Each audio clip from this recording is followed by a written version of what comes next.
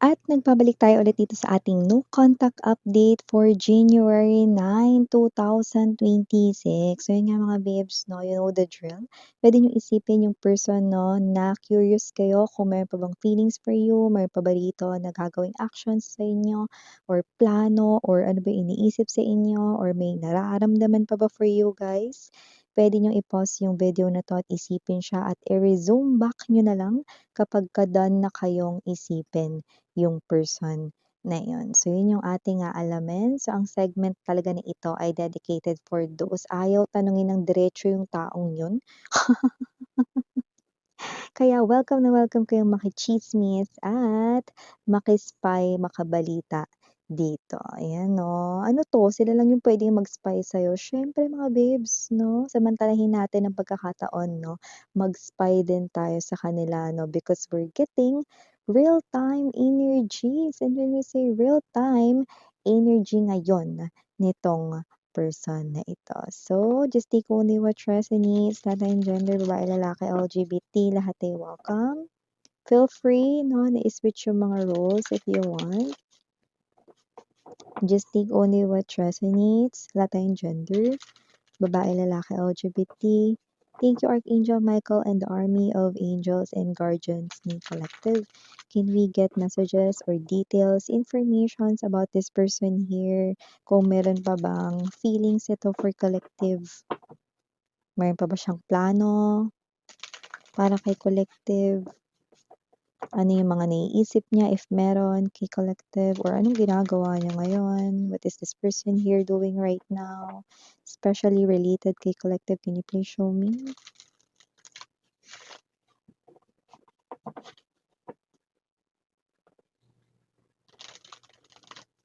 Okay, thank you so much. So, let's see the energies, guys. Latag muna natin lahat.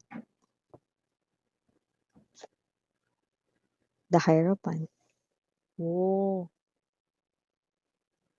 Major Arcana agad. Two of Coins. Lady of Coins. The Moon. The Five of Cups. The Five of Coins. Knight of Cups. Seven of Cups. And Ace of Cups para sa bottom of the deck. Oh. Very strong, Seven of Cups energy, Ace of Cups, and also no, pinaka mas stronger na energy, Two of Coins, Five of Cups. Definitely, kung sino man tong energy na ito, this person here, no, sinusubukan niya makipag-usap sa iba, makipag-chat sa iba, makipag-meet up sa iba, makipagrelasyon sa iba, pero nothing seems working. Look at that. This person here could be attending occasions, birthday, inuman, party, gathering, okay?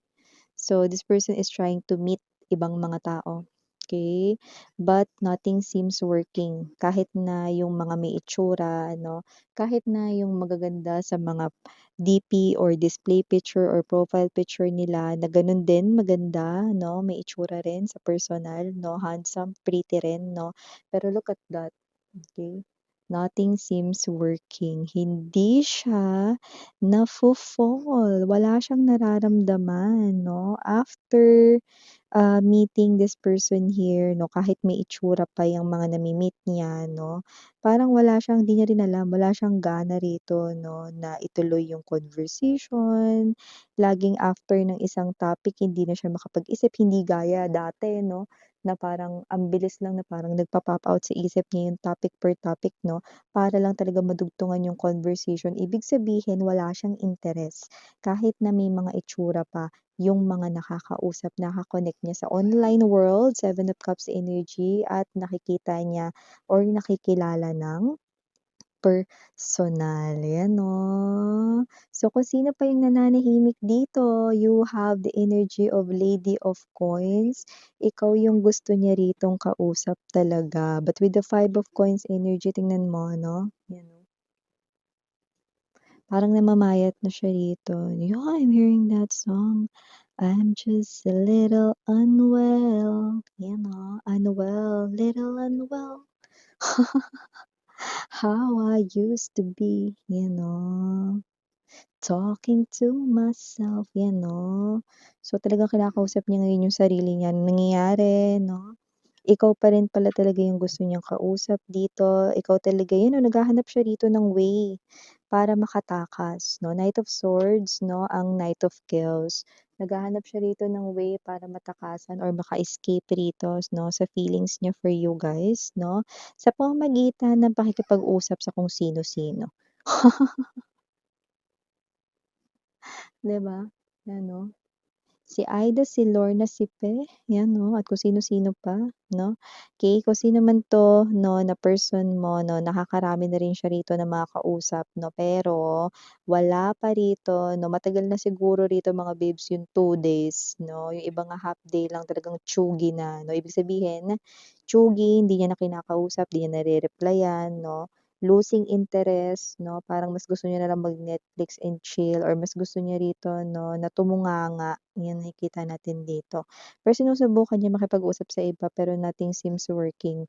'Yan 'no, maaga rin siya nag-aaya ritong umuwi 'no, kahit na parang maghahapon pa lang.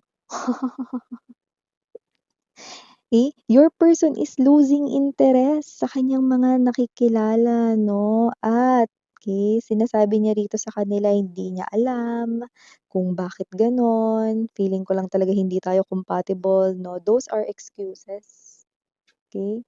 Pero sinasabi niya lang yun, pero deep down inside alam niya kung ano yung totoong dahilan. Dahil talagang tinamaan na siya sa'yo, you know? We have here the Hierophant, una pa lang na major arcana. The Hierophant is an energy of, very, very strong 'no, na next higher level of commitment, strong relationship, strong commitment 'no. Ibig sabihin 'no, after your separation with this person, kahit may mga nakilala siya, wala pa rin talagang pumalit sa puwesto mo na nakita natin dito at kung sino man ito 'no, nilu-look forward pa rin niya sa kaibuturan ng kanyang bikini bottom. Mas malalim pa sa tirahan nila SpongeBob at Patrick 'no, ang kanya rito na hiling na iyan 'no. Possible na hindi lang siya rito awakened, na yan yung pinakahihiling-hiling niya rito, pero yun ang nakikita ko dito, eh. So, nakikita natin dito that with this Ace of Cups, matibay 'no, na sinusubukan niya na tumawid sa isang new love, new relationship 'no, pero hindi niya rin alam bakit ganito. Hindi ka niya magawang mabitawan, hindi ka niya magawa rito. Well, look at that 'no, you are the center of this person here 'no, Lady of Coins, wala ng ibang mas caring pa sa'yo, wala ng ibang mas maalaga pa sa'yo, wala ng iba pang mas maasikaso sa inyo, wala pang mas iba na makahihigit sa'yo, wala ng mas iba na mas nagmahal sa kanya ng ganito, wala ng mas iba na kagaya mo. Of course, kahit naman may kambal ka pa, hindi rin naman 101% parehas kayo ng ugali nun 'no.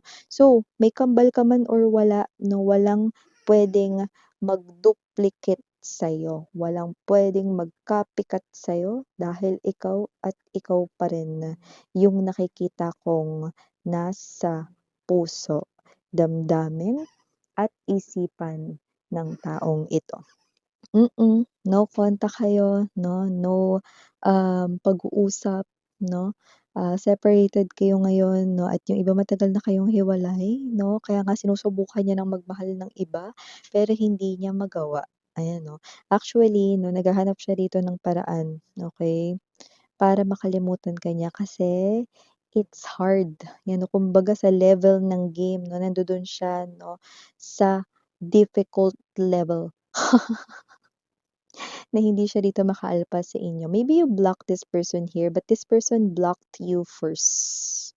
That's one of the clue na napipick up natin dito. That's one of the strongest clue. Okay? So, yung iba naman dito nakita natin that with the two of coins as well, I do pick up na siya ito na minsan siya na yung nagpipresenta no, sa kanyang mga kaibigan dito no, na inom naman sila, labas naman, ganyan no. Talagang goal niya dito makakilala 'no, pero yun nga 'no, kapag andiya diyan nakausap niya na, kahit may itsura pa yun, kahit na yun ay ma-appeal pa, charming, wa-effect 'no, wai, walang dating sa kanya 'no. So, kung sino 'tong person mo, namomroblema siya rito kasi hirap siyang kalimutan ka. Okay. So, nakikita ko rito 'no, na kahit ginagawa niya ito sa kabilang banda, okay, may napi-pick up ako rito future energy 'no, na ito ay magyu-U-turn din pabalik sa'yo 'no. Dahil sa kakahanap niya rito ng paraan para matakasan ang damdamin niya sa'yo, makikita niya lang din ang sarili niyang pabalik sa'yo, 'yan, okey.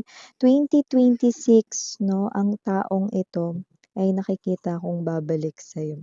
Kaya kahit na bilisan niya pa rito 'no, yung kanya ritong takbo palayo sa'yo, hindi niya magagawang makalayo sa'yo.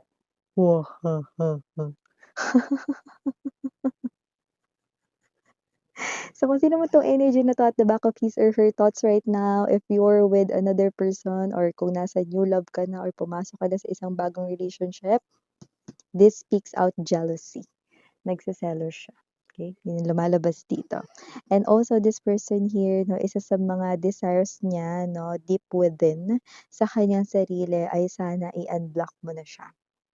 Okay, because yung indication na yun is that kapagka in-unblock mo siya, magkakaroon daw siya rito ng parang little hope 'no, or little faith 'no, na baka puwede pa 'no, na i-CPR 'no, ang inyo ritong relationship back to life, okay, once na i-unblock mo siya. Parang may energy siya dito na, "Ay, in-unblock ako ni Collective, baka gusto niyang i-message ko siya." Parang gano'n.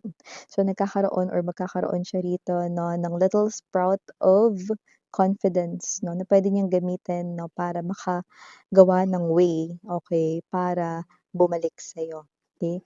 Kaya kaya lagi siyang, nawawalan ng interes sa mga kausap niya rito, it is because yung kanya ritong atensyon sa kanya ritong subconscious mind 'no, ay sa'yo pa rin nakatuon 'no, very focused siya sa'yo 'no. Puwedeng hindi niya yun alam kasi nga subconsciously yun yung kanya ritong energy, okay. So, kung sino man 'tong energy na 'to, trying to move away from you pero hindi siya makalayo-layo sa'yo.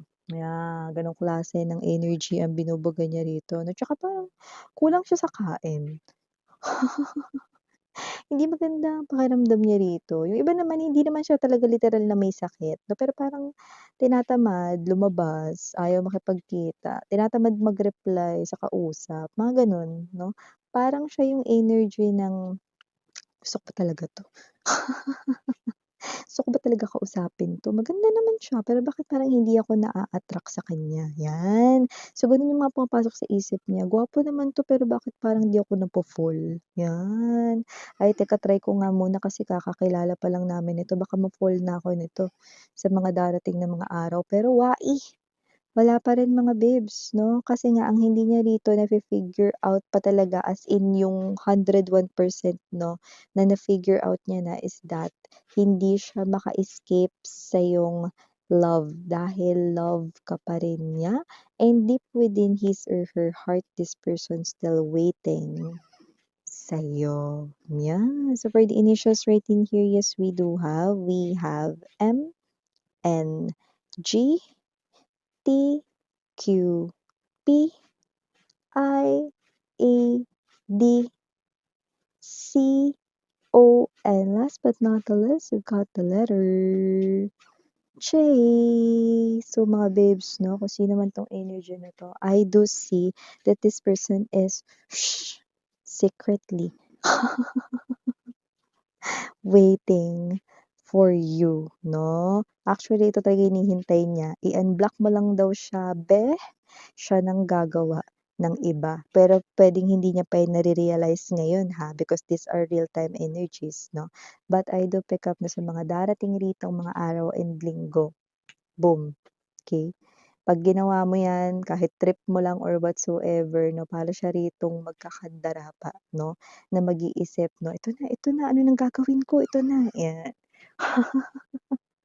So, ito yung mga messages right here for you, sweetheart. Again, I'm Yuriana on Me for the Girls and Yana, do not for the boys. Sarang hail, love, and light. Annyeong.